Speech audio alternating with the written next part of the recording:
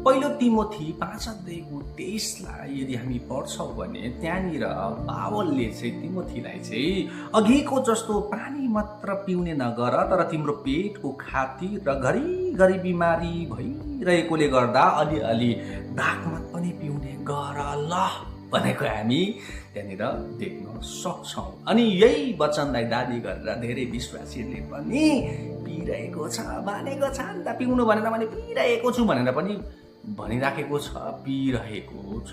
तर म हजुर जसले तपाईँहरूले यसरी पिइराख्नु भएको छ नि, पिउँदै हुनुहुन्छ नि वचनलाई दाबी गर्दै, म हजुरहरूलाई भन्न चाहन्छु त्यो समयमा तिमोथी र पावलको त्यो समयमा चाहिँ पानी एकदमै ठिक थिएन। त्यसको कारणले गर्दाखेरि मानिसहरूको धेरैजनाकोमा पेटको समस्या रहँदै थियो। अनि तिमोथीकोमा पनि त्यही समस्या आइराखेको थियो। अनि त्यो समयमा मेडिसिनहरू सायद बनिएको थिएन होला अरू, जसको कारणले गर्दाखेरि तिमोथीलाई पावलले सजेसन चाहिँ दागमत अलिअलि पिउने गर भनेर, एउटा मेडिसिनको रूपमा पिउने गर भनेर उहाँले भन्नुभयो।